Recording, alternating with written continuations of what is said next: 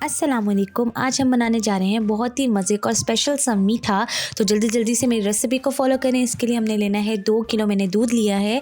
दूध को मैंने कर लेना है बॉईल। अच्छे से बॉईल करने के बाद मैं इसमें ऐड कर दूंगी हाफ़ ग्लास जो चावल थे उसको मैंने पानी में भिगो दिया था। तकरीबन 2 घंटे मैंने भिगो के रखा और उसके बाद हाथों की मदद से मैंने उसे क्रश कर लिया। क्रश करने के बाद मैं उसे दूध के अंदर बॉईल वाले दूध जो है जब बॉईल हो रहा हो तब हमने उसके अंदर ऐड कर देने हैं। ऐड करने के बाद इसको हम आहिस्ता आहिस्ता से इसको हिलाते रहेंगे। 5-5 10-10 मिनट के वक्फे से हमने इसे हिलाते रहना है और इसके फ्लेम को हमने रखना है मीडियम। जब हमारा जो चावल हैं वो अच्छे से कुक हो जाएंगे अंदर और दूध हमारा बिल्कुल गाढ़ा हो जाएगा इस तरह से, इसकी यानी कि थिकनेस जो है बहुत ज़्यादा भी थिक नहीं करना इसको और बहुत ज़्यादा पतला भी ना हो, तो फिर हमने इसमें डालनी है सेवइयाँ।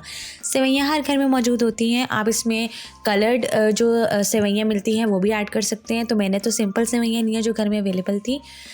तो इस तरह से पहले मैंने हाफ़ डाली हैं। हाफ़ डालने के बाद मैं इसे अच्छे से मिक्स करूँगी क्योंकि गुठलियाँ जो है वो बन जाती हैं। तो कोशिश करना है आपने कि आपने स्पून जो है वो कंटिन्यूसली चलाना है क्योंकि दूध जो है वो गाढ़ा है थोड़ा, इस वजह से हमने उसके अंदर जो है सेवइयाँ डाल के उसको कंटिन्यूसली हमने उसके स्पून को जो है वो हिलाते रहना है ताकि उसके अंदर गुठलियाँ ना बने। इस तरह से अब 5 से 10 मिनट जो है वो मैं इसको बिल्कुल लो फ्लेम पे हमने कुक करना है ताकि जो सेवइयाँ हैं वो भी हमारी अच्छे से मिक्स हो जाएं, गल जाएं। उसके बाद मैंने इसमें ऐड कर देना है इलायची पाउडर। इलायची मैंने पीस ली थी, वो मैंने हाफ़ टी स्पून के करीब इसमें इलायची पाउडर ऐड किया है। अब मैं इसे अच्छे से मिक्स करती रहूँगी। फ्लेम को हमने लो ही रखना है। उसके बाद मैं इसमें ऐड कर दूँगी चीनी। यहाँ पे मैंने 2 कप इस्तेमाल की है। आप अब कुछ लोग कम मीठा पसंद करते हैं, कुछ लोग बहुत ज़्यादा मीठा पसंद करते हैं।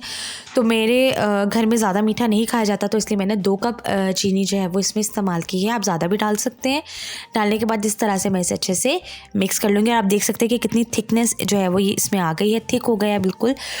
उसके बाद लास्ट में मैं इसमें ऐड कर दूँगी क्रश किया हुआ कोकोनट यानी नारियल, क्रश किए हुए बादाम और साथ ही मैं इसमें डाल दूँगी क्रश किए हुए अखरोट। आपके पास और भी ड्राई फ्रूट्स अवेलेबल हों वो भी आप डाल सकते हैं। बहुत ही मज़े का, बहुत ही जल्दी बनने वाला है। कोई मेहमान आना हो, किसी की दावत करनी हो स्पेशली, तो उसके लिए बहुत अच्छा है ये। इसको ज़रूर ट्राई कीजिएगा और लीजिए हमारा ज़बरदस्त सा मज़ेदार सा शीर खुरमा तैयार है। तो प्लीज़ मेरे चैनल को सब्सक्राइब करें, लाइक करें, शेयर करें ताकि मैं आपको मज़ेदार सी रेसिपीज़ लेके आपके सामने हाजिर होती रहूँ।